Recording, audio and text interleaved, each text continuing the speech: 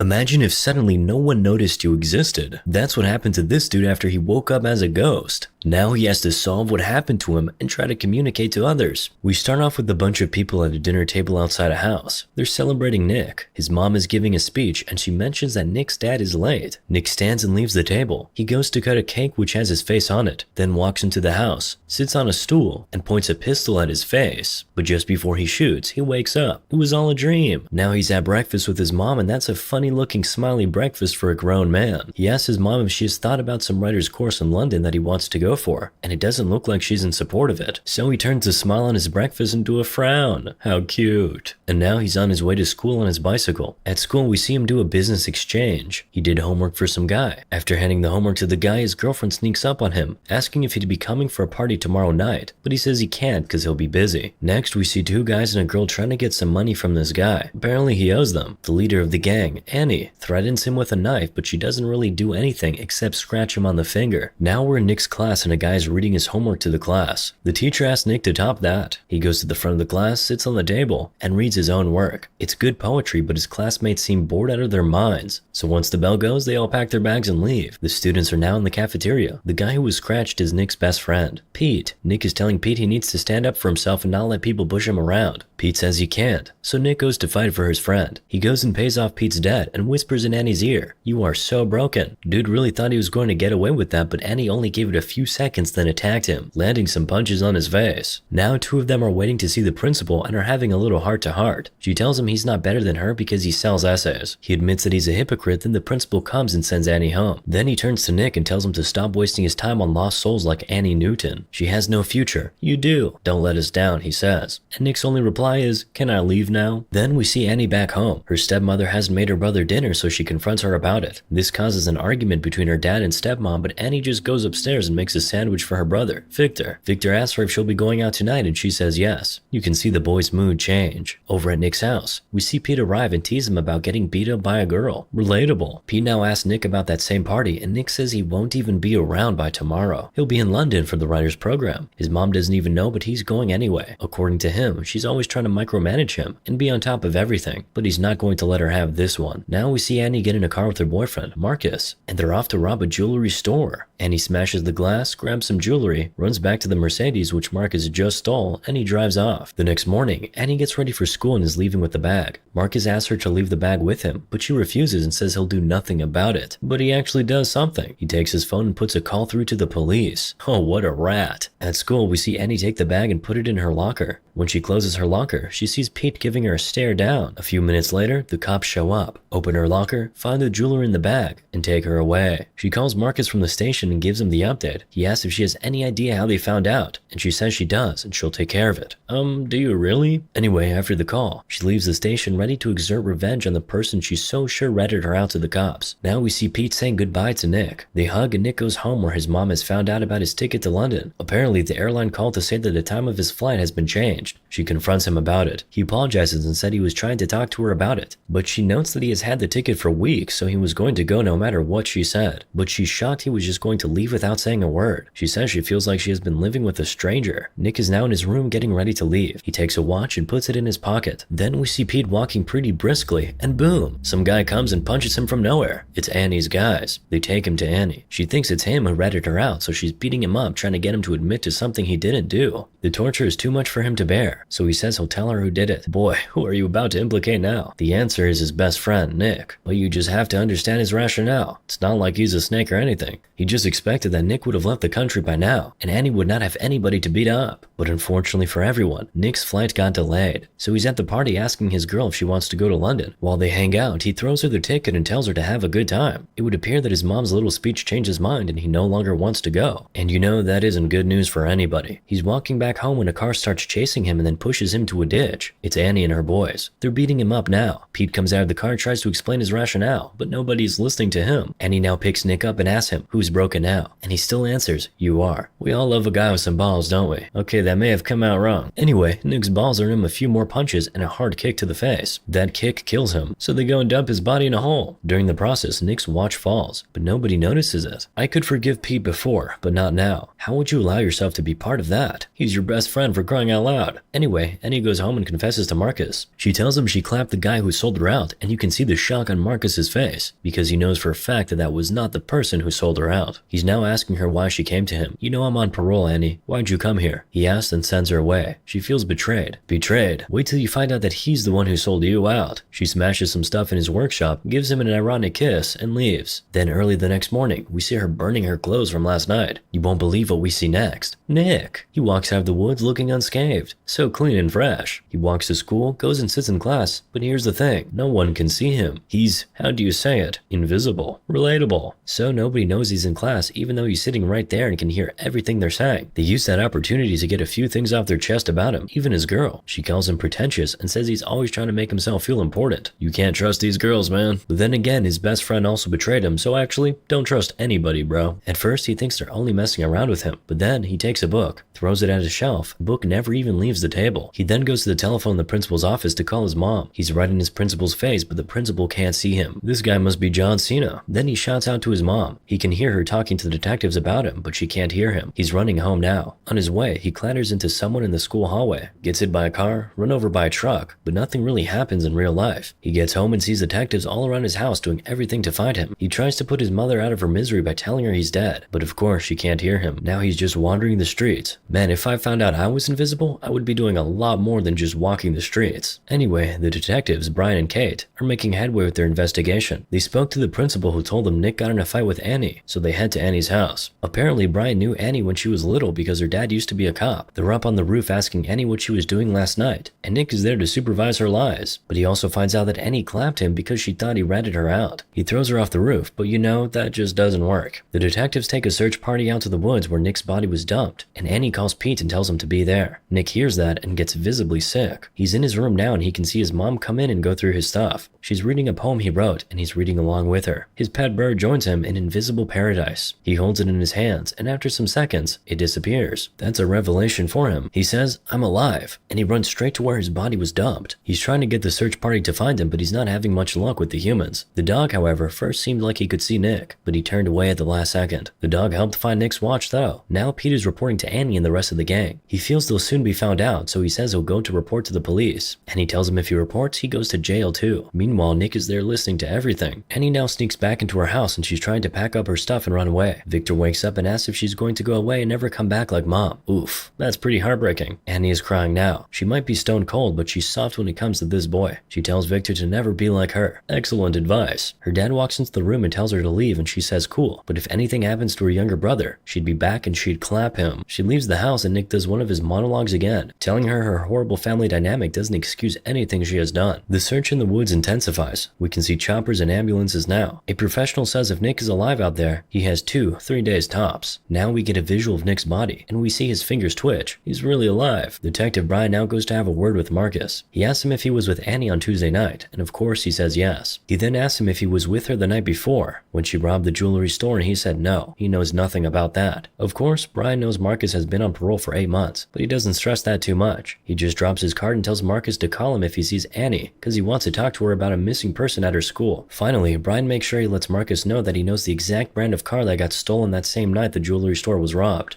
Nick is now telling his mom how he knows this won't change a thing for her, cause she always has everything under control. He's shouting at her, shaking her, scattering everything on her table, even throwing a chair through the window. But of course none of that actually happens. A few moments later, his mom breaks down and starts crying. She's really weeping and calling out Nick's name. Pete is taking a walk under the rain when Marcus comes from nowhere, grabs him, and points a gun at his chest. Marcus tells Pete that he's being followed by the police, and he actually is. He takes him into the woods and Pete points to him where the body was dumped. The next day, Marcus tries to trick Annie to come to a location so he can clap her, but she suspects something, so she calls Pete and tells him to go instead. Pete goes and is followed by Detective Kate, after Nick did his best to get her to wake up and look. Pete is now at the bridge with the two guys while Annie is watching from a distance, but then Marcus comes from behind her and points a gun at her back. He takes her to the bridge where the rest of the guys are and tells Pete to go home. He runs home. You can see how thankful he was that he was asked to go. Marcus says they have to move quickly because there's a tail on Pete, and he's right, but it's too late now. The cops are already here. Annie then grabs a shotgun from Marcus and is pointing it at the cops. cops, but they're surrounded now. But Annie is one hell of a survivor. She manages to climb out and escape. Peter Parker would be extremely proud. While she's running away, Nick screams, "They'll catch you, Annie," and it seems like she heard him, because she turns around and yells something. So Nick goes, "She heard me." She goes to a club and sells a ring which belonged to Marcus to some guy. After he pays her, she decides to stay back and do a little dancing. She takes off her hoodie and beanie, and is now doing the signature white woman dance while Nick is just watching her. The next day, she goes to her mother's grave, and she says she's sorry. Then Nick starts talking about how sometimes he wishes his mom died, instead of his dad, because of how much pressure she puts on him. He now reaches out to Annie and touches her shoulder. He says he knows she can hear him, so he tells her just to tell them where his body is, but she just stands up and leaves. He follows her. She breaks into the school at night and puts some money in an envelope for Victor, and puts it in her locker. Nick is there to tell her he's dying, and he doesn't have much time left, and ironically, she's the only one who can save his life. You can tell she can hear his voice in her head, so he screams her name and she turns around, but she can't see anybody. She's miserable now. She goes to take a shower, and being a good boy, Nick makes sure not to look. Meanwhile, Nick, the one in the hole that is, opened his eyes at this point. Annie is sleeping now in the basketball court, and Nick is right beside her, running his hands through her body and calling out her name. He oversleeps and is woken up by the basketball team that comes in for practice. How are you a ghost and oversleeping? Or sleeping at all for that matter? Anyway, now we see Annie in Nick's house. She's going through his old photos and getting nostalgic. Do not tell me these two are falling in love, because even Nick is out here smiling while his body's decaying in that hole. Thankfully, Nick's mom comes in and kills whatever romance was brewing. Annie runs out of the house and straight into the woods to where they dump Nick's body. And Viola, the body isn't there. Nick is telling Annie that someone was there to move his body and he's asking her to think. She sees the substances that she found with Pete days back, and that tells her that Pete was here, so she goes after Pete at school. Pete is now telling her that Nick didn't even rat her out in the first place. He then confesses that he and Marcus moved the body, so she goes after Marcus. She ambushes him in his car, just outside a police station. Then she takes him to a precipice and tells him to go on his knees. Role reversal moment. Then she points a gun at him. Meanwhile, Pete is trying to self-delete. Nick is begging him not to do it, but Pete can't even hear a thing. But here's the beautiful thing. While Pete is in that transition zone where he's not dead yet, but not fully alive, he sees Nick. They can see and talk to each other. Nick is now asking Pete where he moved the body to at the same time Annie is asking Marcus the same question. They both answer about the same time. After they do, Pete's parents rush into his room and find him in the state he's in, and Annie just leaves Marcus and turns around to go find Nick. But not clapping him turns out to be not a very good idea, because Marcus stands up and shoots her. She doesn't die though. She has enough in her to shoot him and stand up and call Detective Bryant. She tells him where Nick is and tells him she left something for her brother in her locker, and he should make sure Victor gets it. The cops rush off to the dam where Nick's body is, but of course, Nick gets there before them. He finds his body and he's now touching himself. Oh no, not in that way. He's with his body now, but you know, he can't save himself. The dam gates open and Nick is drowning. Kate calls for the gates to be closed and now the cops are looking for Nick. Brian finds him and they all rush there. Indeed, he's alive. They rush him into the ambulance and Annie is there watching from a very far distance. She's still bleeding. She gets into her car and sort of blacks out for some time. She's woken up later in the evening by a cop who asks her to come down from the car, but she doesn't and just drives away instead. As expected, they start chasing her. At the hospital, Nick's mom is watching as the doctors try to save her son. The police finally surround Annie and they all have guns pointed at her, but she hears Nick's voice in her head saying, "I need you, Annie, I need you." And that was all the fuel she needed. She steps on the accelerator and drives through the police blockade. She gets to some place, dumps the car, and completes her journey on foot. Where does she go? The hospital, of course. Nick directs her to where his body is being operated on. She gets there and Nick's mom goes, "You have some nerve," the moment she sees her. Nick tries to play peacemaker, but you know, mama can't hear you. So Annie has to do it all on her own. She says she just has to talk to Nick, but Nick's mom lands a slap on her face. Annie then tells her that Nick is here, that she can feel him and hear him, that she knows what he wants. Of course, she doesn't believe her. So on Nick's directive, Annie tells Nick's mom about that time she was in his room reading his poems, and how he was with her then. She now asks Annie what she wants, and Annie says she just needs to see Nick. She can help him, but his mom says no. Annie hands her her gun, and says she knows she can bring him back. She finally lets her go in. Annie is now running her fingers through Nick's body. She apologizes to him and begs him not to go. She takes off her necklace, which once belonged to her mom, and puts it in his hand while she joins him on the bed and snuggles with him. When she does that, the invisible Nick disappears, and the real Nick wakes up and calls Annie's name. Annie says she wanted to do one good thing, and Nick tells her she did. She saved him. Then Annie taps out. Then we see Victor playing with a toy plane, and Nick shows up and has a conversation with him. Victor says his sister died, and Nick says they should send her a message. Victor's message is simple and short. "Hey Annie." So Nick writes that on the